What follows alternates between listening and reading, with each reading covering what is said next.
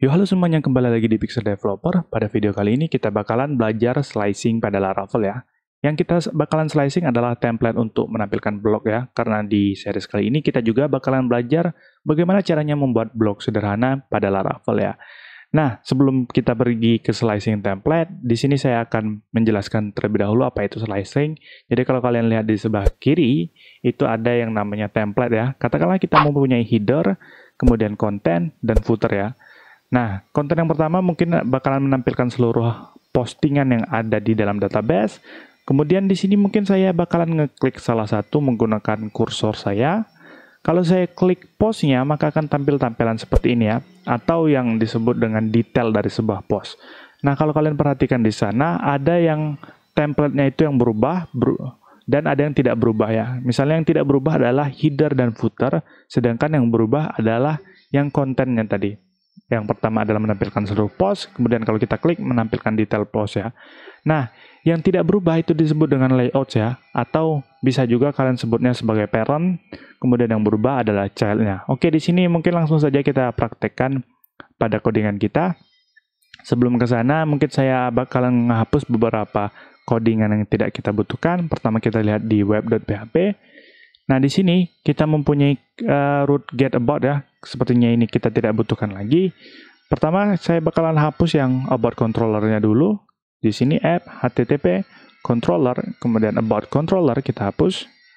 Oke. Dan di sini kita bisa menghapus untuk root get-nya ya.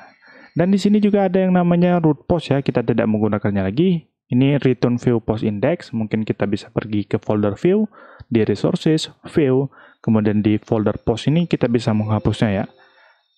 Oke, ini juga bisa kita hapus. Nah, yang selanjutnya mungkin beberapa file yang tidak kita butuhkan seperti about, karena kita kemarin cuma menampilkan ini saja ya untuk testing, bisa kita hapus di sini. Dan satu file lagi yaitu welcome ya, karena welcome ini adalah bawaan dari Laravel. Ini biar terlihat rapi saja project yang kita bakalan buat. Satu lagi mungkin saya bakalan ngeubah yang di sini ya. Jadi daripada seperti sintaks Laravel 8, kita bisa membuatnya home controller add index. Seperti sintaks Laravel 7 ya, karena di root service provider kemarin kita sudah membuat namespace di sini. Jadi bisa-bisa saja, sah-sah saja kalian membuat seperti ini. Nah, mungkin kita bakalan cari template-nya terlebih dahulu di Google. Mungkin saya bakalan buat Bootstrap di sini. Oke, di sini saya bakalan menggunakan versi 4.6 ya. Karena di versi 5 sendiri saya belum menggunakannya, takut di tengah jalan nanti ada problem. Oke, kalau sudah ke sini ke versi 4.6, kalian bisa klik yang di examples ya. Jadi di example ini ada beberapa tampilan yang sudah disediakan oleh Bootstrap itu sendiri. Nah, di sini saya mungkin bakalan ngambil yang template untuk album ini ya. Karena mungkin ini sepertinya cocok untuk project yang akan kita bangun pada series kali ini. Nah, untuk mengambil template-nya itu sangat gampang sekali. Kalian klik Ctrl U di keyboard kalian, kemudian kalian pastekan ini, kalian kopikan semuanya ke dalam layout yang ingin kalian bangun. Oke, pertama kita bakalan buat layout terlebih dahulu. Pergi ke resources, kemudian views, di layouts kalian buat yang namanya front end, end.blade.php. Kenapa saya menamakannya front end? Karena kalau untuk front end, ini anggapan saya ya, asumsi saya, itu bisa diakses oleh seluruh user tanpa mesti login. Oke, kita pastikan di sini, kemudian saya Ctrl Shift P, reindent line, biar agar lebih rapi tampilan codingan kita. Oke, di sini kita sudah berhasil untuk mengcopy paste ya, dari template yang sudah ada. Nah, mungkin kita bakalan lihat terlebih dahulu, maka di sini saya bakalan menambahkan di web.php. Daripada kita pergi ke return view welcome, kayaknya kita bakalan buat sebuah folder baru terlebih dahulu. Di sini di resources, views, ingat ya untuk yang root get ini sebenarnya itu hanya menampilkan layouts untuk child-nya ya, bukan parent-nya. Jadi kita tidak langsung menembak ke layouts di front end ini, melainkan kita buat child-nya. Seperti ini contohnya. Jadi saya misal di sini ada folder public ya. Mungkin saya hapus dulu, ini sebelumnya saya sudah buat, tetapi kita bakalan buat from scratch ya. Jadi di sini saya buat folder public. Public itu artinya yang bisa diakses oleh seluruh user tanpa mesti login. Kalau layoutnya saya namakan front end ya. Tidak apa-apa, sesuai selera kalian saja menamakannya apa. Di sini saya menambahkan folder post, dan di dalam folder post saya membuat index.blade.php. Oke, jadi kita bakalan ngakses folder file index ini ya. Jadi kalau di sini kita bisa membuat public, post, dan index. Ctrl S, kemudian kembali ke index.blade.php. Sebelumnya di front end kita sudah membuat templating seperti ini ya. Jadi kita bisa mengaksesnya dari index.blade.php dan menggunakan helper extension ya, atau bukan helper ini namanya. Ini adalah Blade directive ya. Jadi kita bisa menggunakan layouts.frontend. Oke, karena front end kita sendiri berada di folder layouts, kemudian di front end. Oke, kita refresh di browser. Sebelumnya jalankan server. Di sini PHP Artisan Serve. Oke, kita klik yang di sini. Nah, ini belum tampil untuk CSS-nya itu sendiri ya. Karena kalau kita perhatikan di template yang kita copy paste tadi, kita scroll ke bawah, di sini ada yang namanya Bootstrap Core CSS ya. Ini adalah bootstrap-nya. Nah, kalau kita lihat di sini, dia itu menggunakan file ya. Nah, daripada menggunakan file, kita bisa menggunakan CDN dalam bentuk link ya. Jadi di sini kita cari saja Bootstrap. Oke, kemudian ke Introduction. Di sini saya mengganti versinya menjadi 4.6. Di sini ada yang CSS ya. Jadi kita kopikan saja ini. Kita hapus atau kita pastikan di bawahnya ya. Yang atas tadi kita hapus. Oke, kita coba lagi, kita refresh di browser. Apakah berhasil? Ya, berhasil ya. Seperti inilah kira-kira tampilan untuk yang yang post ya, awal dari post. Oke. Tetapi sebenarnya sah-sah saja ketika kalian membuat untuk layoutnya itu banyak codingan seperti ini. Tetapi kita bisa slicing lagi. Kita bisa membuatnya, kita potong-potong biar lebih rapi. Oke, saya bakalan nunjukin caranya di sini. Pertama kita buat file includes di resources, views, kemudian di sini kita buat file include.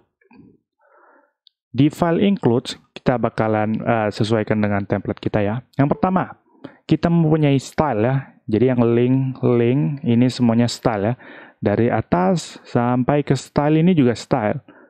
Nah, sampai ke bawah sini mungkin kita Ctrl X atau cut. Yang ini kita kayaknya nggak gunakan ya, karena album CSS kita tidak memiliki filenya.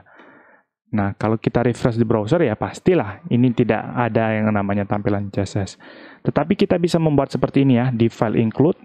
Kita bisa membuat misalnya, mungkin saya bakalan buat public dulu ya. Include untuk public, di dalamnya ada yang namanya style.blade.php.